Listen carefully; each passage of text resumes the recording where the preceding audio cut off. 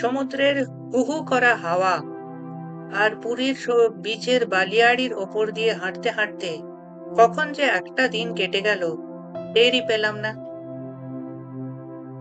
প্রথমেই বলে রাখি, আমি আর দাদা এসছি পুরীর রামকৃষ্ণ মঠ ভক্ত নিবাস এই আশ্রমে।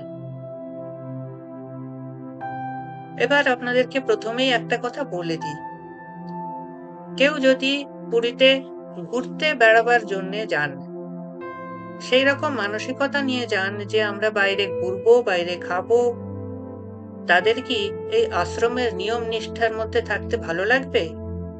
উত্তরটা অবশ্যই না। কিন্তু কেউ যদি এখানে মনের শান্তি এবং ধ্যানের জন্য এখানে আসেন, তবে তার জন্য এই রামকৃষ্ণ মঠ ভক্তি নিবাস একেবারে প্রকৃত জায়গা।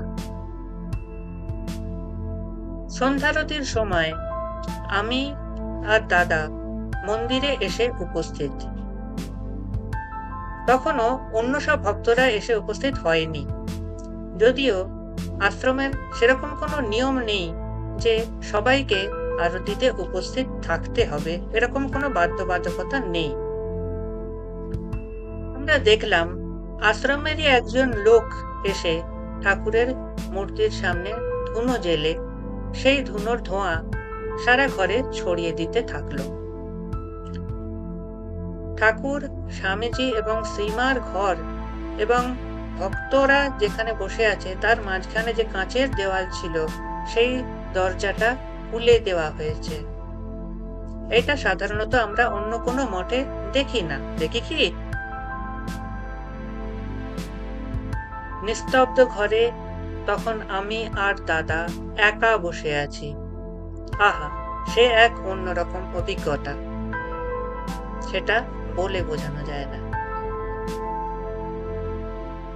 নির্ধারিত সময় শাঁখ বাজিয়ে সন্ধ্যারতি শুরু হলো। সন্ধ্যারতির গান আমাদের মোটামুটি জানা। এখানে এসে লক্ষ্য করেছি যে এখানে বড় সহজে চোখ মুছলেই মন বসে যায়। ধ্যান করার পক্ষে আদর্শ জায়গা। একজন গেরুয়াধারী মহারাজ আরতি করলেন। আরতি শেষ হওয়ার পর ভক্ত এবং মহারাজদের মধ্যে একটি প্রশ্নোত্তর পর্ব হলো, অতি ছোট্ট। কি আশ্চর্য, তাই না?